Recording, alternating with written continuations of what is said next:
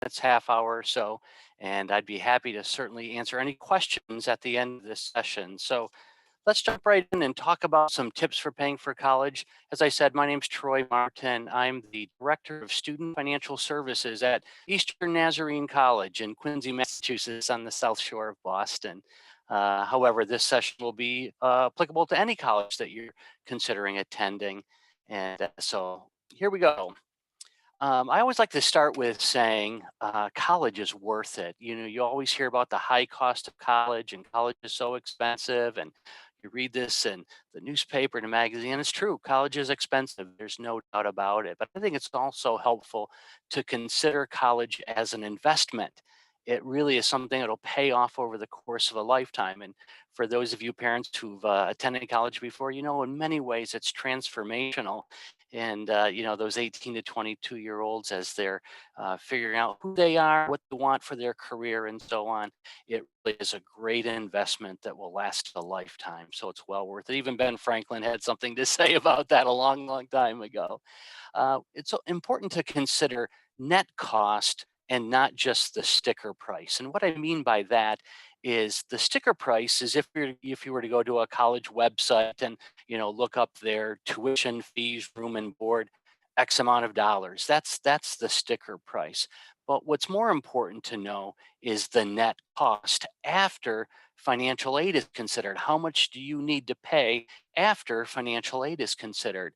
So if you're looking at a college that, let's say, is $20,000 a year sticker price, but you're not getting any financial aid there, that cost is $20,000. If you're considering another college that's $30,000 per year, you get $15,000 in financial aid, that net cost is $15,000. So you could see that with financial aid, and actually a more expensive college as far as sticker price might actually be less expensive when it comes to net cost. And so I think it's very important to consider that net cost. And we'll talk more at the end about how to compare financial aid packages so that you're taking a look at everything. I also like to say right up front that I think it's very important that the student take an active part in this process. The student is one that's going to ultimately benefit from this college education, and so they should start learning about finances. I remember long, long time ago, of course, but my mom made me sit down in our little farmhouse kitchen table at our kitchen table in Western New York, and I had to fill out what was called the financial aid application at that point in time. And, of course, I hated her at that moment. She was the worst mom ever. But now my mom's not around to make my mortgage payment and balance my checkbook. And some of those lessons, those financial lessons that my mom made me learn at that point in time paid off again over the course of my lifetime. So parents would strongly encourage to get your students involved in this process right up front. It always is a little bit sad when I have a student in my office and I ask them a question and they say, I don't know, my parents take care of all of that. I think it's helpful for parents to be actively involved in or student to be actively involved in that process. So the student plays a very important role. And by the way, when we start talking about the FAFSA form here in a minute, a student can complete 3/4 of that FAFSA form themselves. Now, we do have some goals for financial aid. One is to provide access to college regardless of family income. We really don't want college to be a privilege of the wealthy. We want students from all economic backgrounds to be able to attend college. And if you were to go onto any college campus and, walk across their quad or go into their student union, you're going to see students from all economic backgrounds. And a lot of them, the only way that they can be there is because of financial aid. And that's very important to provide access to college regardless of family income. Another thing that we want to do with financial aid is provide choice regardless of cost. Every college is different as far as cost. And so we want to make sure that students are able to attend the college that best meets their need, that is a good fit for them, that provides the educational experience that they're looking for, perhaps the major, the career goal that they're looking for, the residential experience that they're looking for, regardless of that cost. And hopefully financial aid is there to make it possible for those students to really go to the college that they're most interested.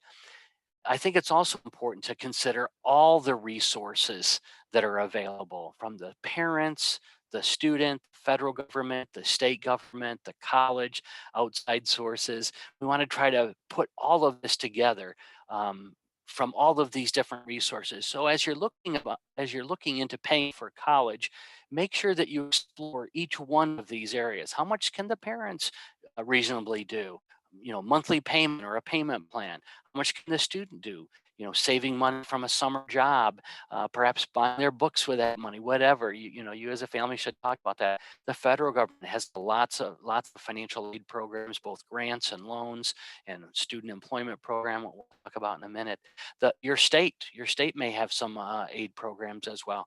And then for private colleges, like most Christian colleges, a lot of financial aid is given directly from the college themselves. So you want to make sure you apply for everything that you can at the colleges that you're interested in. Then outside sources of aid, local scholarships, Lions clubs, Rotary clubs, those kinds of things. I would strongly encourage you to have your sons and daughters apply for as many local scholarships as they can. They really, really pay off. A lot of communities have what are called community foundations. So make sure you look that up to see if there's any community foundations in your area, and you can apply for scholarships there. Sometimes it just seems like a drop in the bucket. Is a $500 scholarship worth applying for?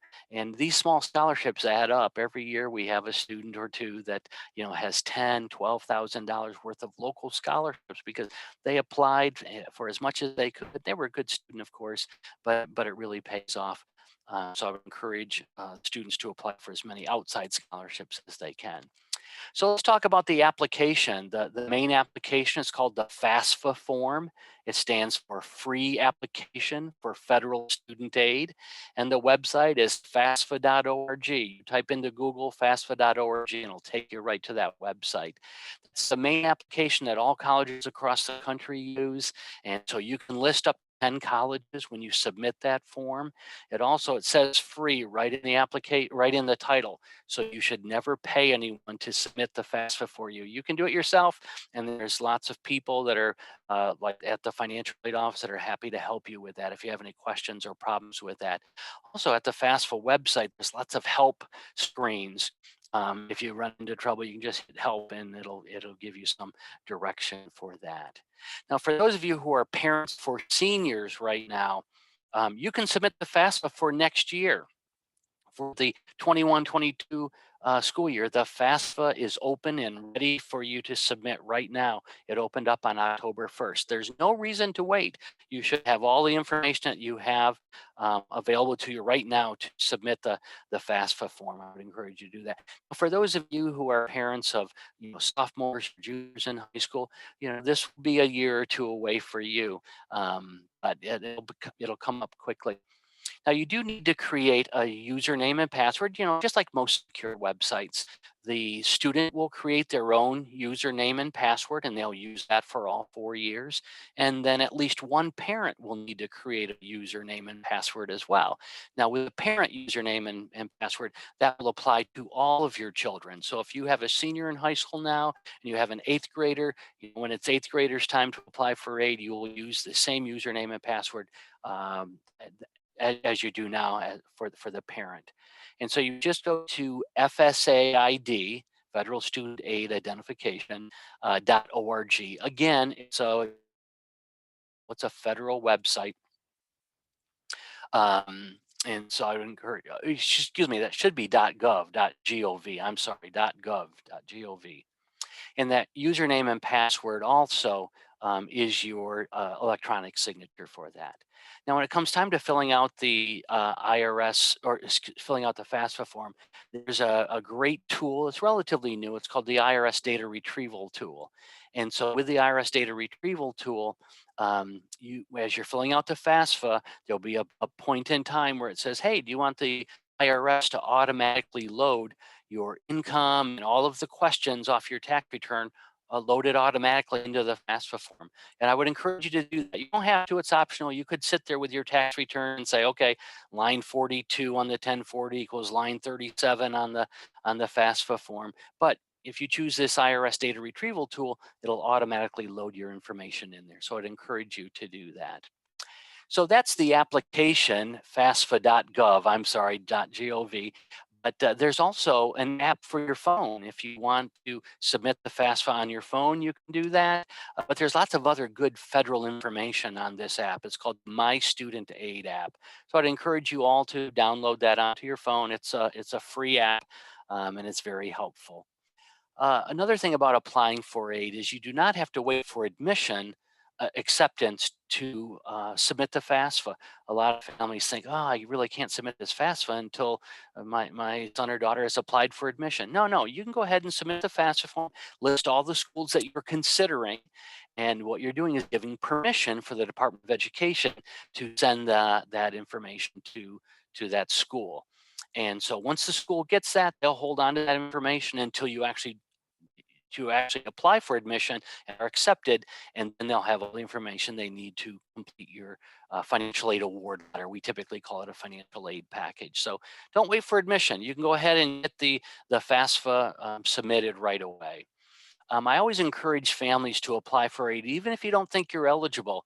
A few years ago, I had a student come into my office. She was just finishing up her sophomore year in college.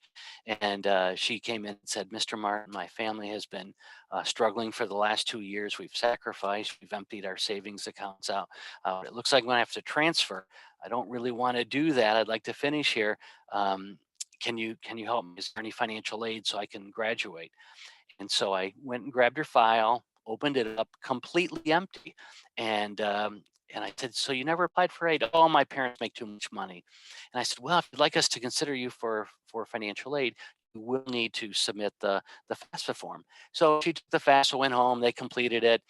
Come to find out, she was eligible for like $4,500 in grant money, free money, didn't have to be paid back, grant money, which was great. She was able to graduate on time. Everyone was happy. But what that really meant is they kissed away $9,000 for her freshman and sophomore years, just assuming that they weren't eligible. So I always encourage families, submit the FAFSA at least the first year, just so you don't miss out on any aid. What's the worst thing that we can tell you is that you're not eligible for aid, and at least you'll know that for sure.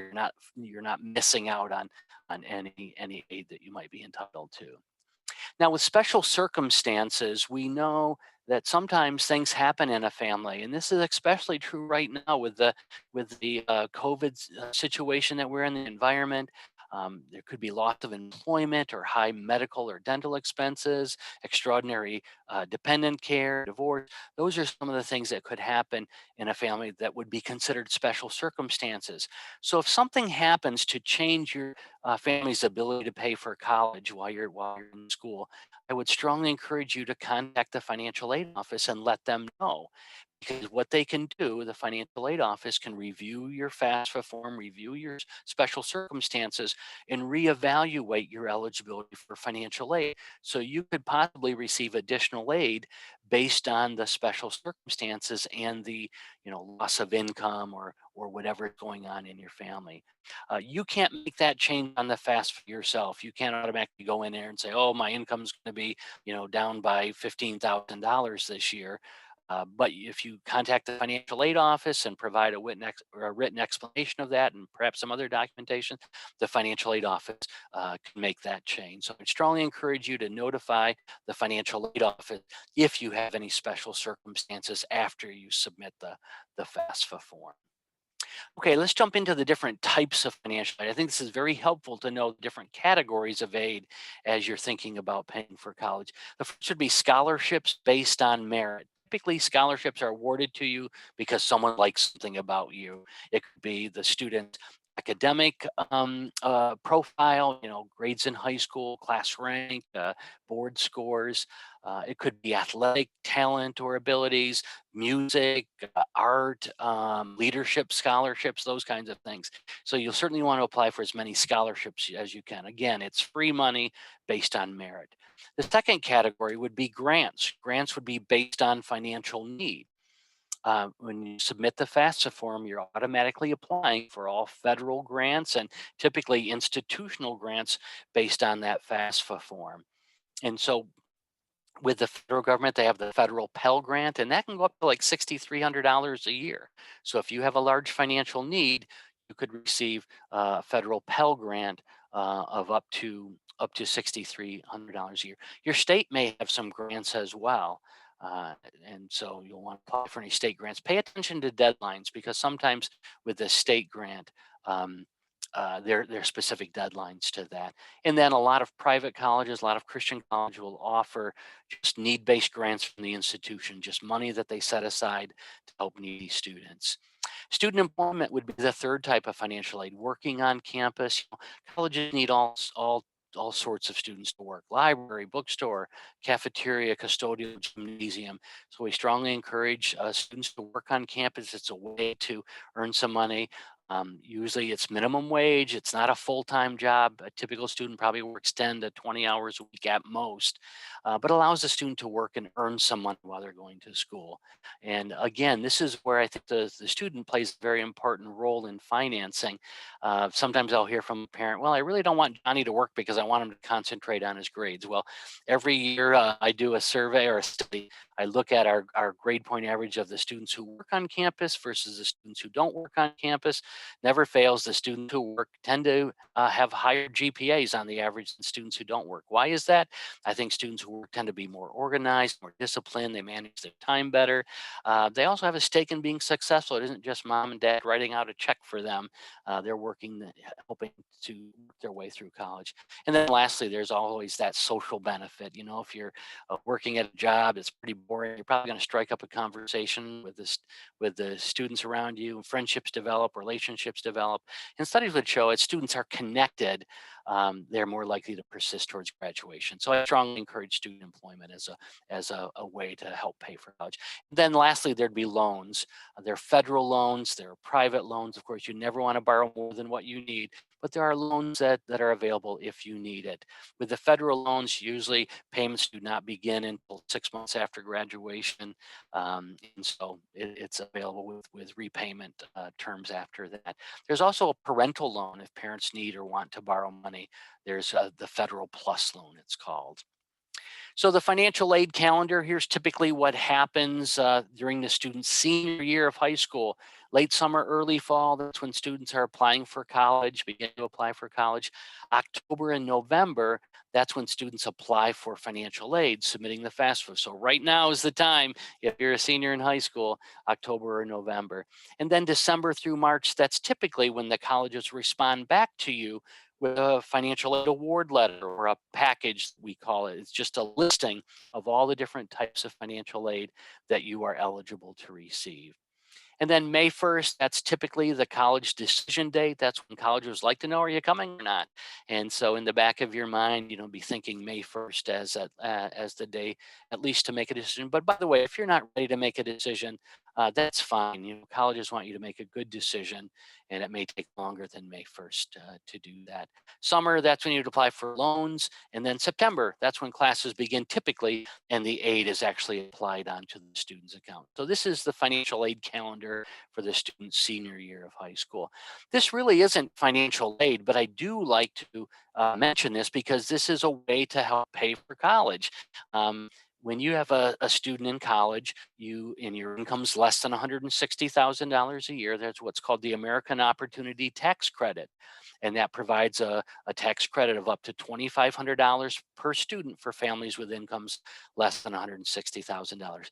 So when you have a child going to college and you're submitting your income tax return, make sure you avail yourself of this. It's a tax credit, not a deduction. So it's very helpful. It's not financial aid, but it's a way to help pay for college. Next thing, it's very important to compare financial aid packages. If you're considering 3 or 4 or 5 different colleges, you want to make sure that you're comparing them appropriately and comparing apples to apples. Make sure you look at direct as well as indirect expenses. Direct expenses would be, typically tuition fees, room and board. Then the indirect expenses, every student has indirect expenses of books and supplies, transportation, personal and incidental expenses. Transportation, for example, let's say you're considering a college, right down the road or maybe within a half hour or an hour from you. Transportation isn't probably that big of a deal, but if the student is considering a college in another state or on the other side of the country, you need to factor in gas money, hotels, airfare, perhaps getting back and forth vacations and holidays and those kinds of things. So make sure you look at exactly what are the direct expenses, tuition fees, room and board, as well as the indirect expenses. You look at financial aid, make sure you know, is it just a 1-year award or is it a 4-year award?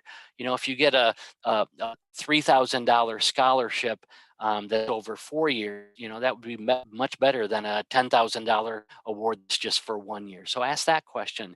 Look for renewal criteria. Does it require a certain grade point average or a particular major in order to have that renewed from year to year? Of course, you want to plan for all 4 years to make sure you know exactly what you're getting into. The amount of loans, how much are loans in the package? And at the end, the total indebtedness, what's the expected total amount that you're going to borrow over the 4 years? What's the average starting salary for the student's field? Um, just so you get an idea of whether those monthly loan payments after graduation are going to be possible for the student. And then lastly, make sure you look at the net cost, the balance you need to pay after financial aid. So look at each financial aid package and compare apples to apples so that you can make a good decision. And then the last tip I have for all of you would be make sure you ask questions. Do not hesitate to ask questions. I'm putting my email address, even if you're not considering Eastern Nazarene College, that's fine. I would be happy to answer any questions as you go through this process. You know, Christian higher education has been my career. I have a heart for that. And so I'm certainly happy to answer any questions or help parents through the process. Here's my telephone number right in my office. If you want to call me, feel free to do that as well. And I'm sure that every other financial aid office at every other college that you're considering would make that same offer to you. So please do not hesitate to ask questions. I know financial aid is often this confusing process. There's this mystery to it. And we want to try to take that mystery out as much as possible and make sure that you receive all of the aid that you are entitled to receive. Okay, at this point, I think we're going to open it up for some questions.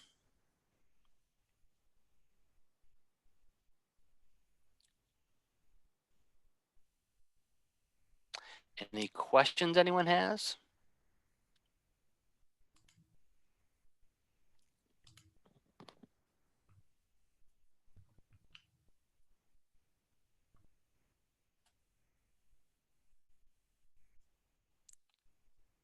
Troy, Well, we have a couple questions coming into the Q&A. yes, I just pulled that up. The question is about the CSS profile, correct? Yep. So yes, there are some colleges, I did not mention the CSS profile in the application section or applying for it. But yes, there are some colleges that do require what's called the CSS profile. It's a supplemental form that colleges would often or they want some additional information. Most often it's private, elite private colleges like the Ivy League schools. I know that they all would request the CSS profile form. So yes, if you have to do it, the college will let you know. So you don't automatically submit the profile form unless the college that you're considering is requiring it. And they will tell you that. By the way, there is a small price to apply. That's not a free application for you.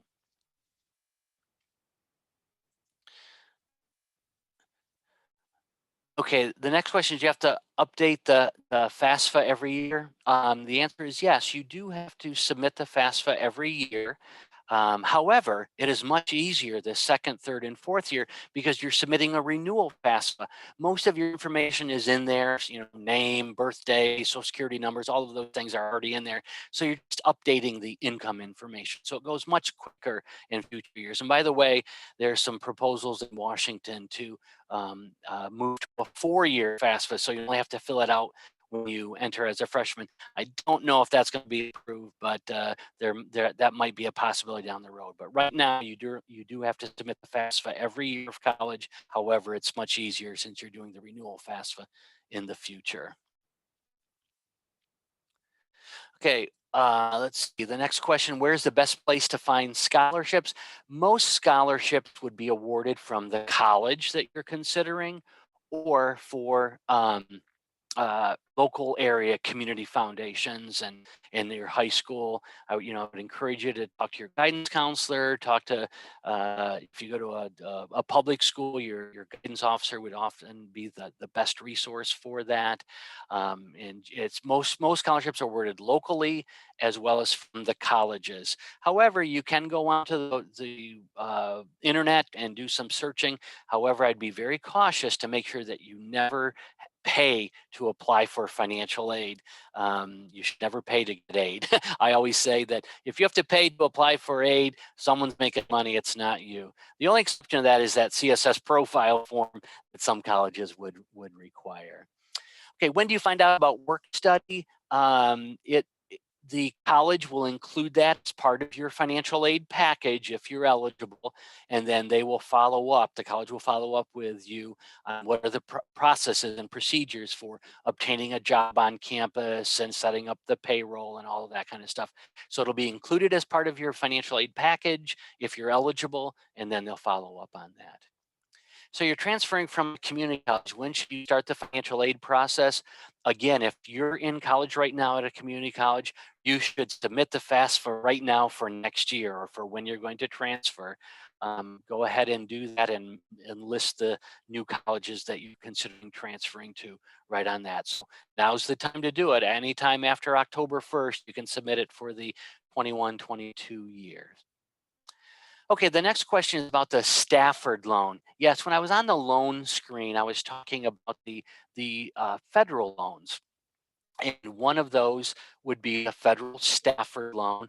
It's also called the federal William D. Ford direct loan. It's the same thing. It's the federal student loan. And with the federal loan, the student can borrow up to, as a freshman, up to $5,500 per year. And then as they become a sophomore, junior, senior in college, the amount that they can borrow increases every year. Now, with this $5,500 eligibility, up to $3,500 of that can be considered what's called a subsidized loan. And what that means is there's no interest accruing on that when you borrow it. So if you borrow $3,500 when you graduate, you owe $3,500. That's when you'd start making the payments on that. You can also borrow up to $2,000 in unsubsidized loan, and the interest is accruing on that starting right away. So if you borrow $2,000, by the time you graduate, you might owe $2,100 or $2,200 because there would have been some interest on that over the 4 years. So the Stafford loan is a federal loan. It's the best student loan that's available to you. And so that's typically the first loan if you have to borrow. Of course, again, we don't want to encourage you to borrow if you don't have to. Never borrow what you don't need. But if you need to, the Stafford loan is the best loan. The next question is, must everyone complete the FAFSA? Is if you're a US citizen or an eligible non-citizen, then I would strongly encourage you to submit the FAFSA. You don't want to miss out on any opportunities of aid. If you're an international student, you may not have to fill out the FAFSA form, but talk to your college that you're considering because they may have their own international student financial aid application, or they might direct you to a form to fill out where they can get a sense of your financial need if you're not eligible to apply for the FAFSA as an international. The next question is about the RRA. Let me go back to that screen if I can.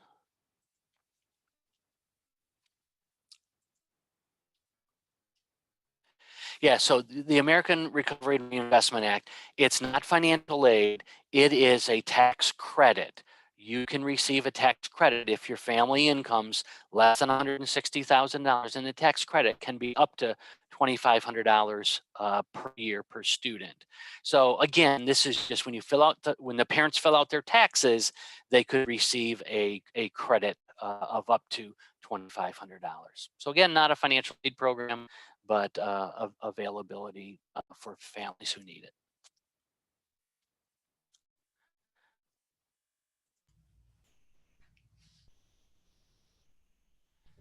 Okay, the next question, AOC, the American Opportunity is a 4-year max per student.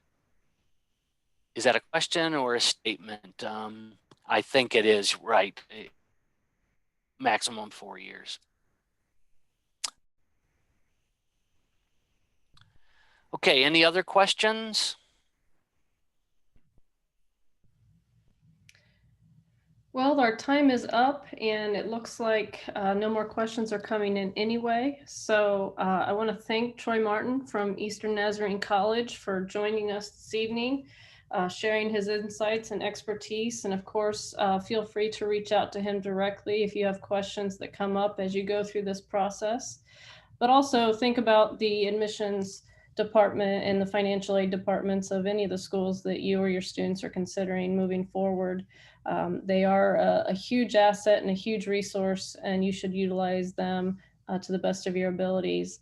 I know it's always scary and somewhat confidential to think about finances, but it is an investment, and it's certainly worth exploring all the opportunities to make it as affordable as possible for you and your students. The fair is open. There's 30 booths or so out there from various Christian colleges across North America that are eager to interact with you and answer your questions directly, utilizing the chat feature. And this recording will be posted on our website for future viewing, or if you want to review some things, or if you want to share it with others. Always looking forward to letting other of your peers and your neighbors and other people that you know about this fair, about this webinar, about this recording, and all of that can be found on virtualchristiancollegefairs.com. And again, we have 12 more webinars such as this between now and the middle of February, and we have 43 more fair events, and each one will be focused with a different topic, and we'll have different schools represented. So we hope that you have enjoyed tonight, and we hope that you take some time and explore these different events over the next few months. Thanks again, Troy, and we will end the meeting now.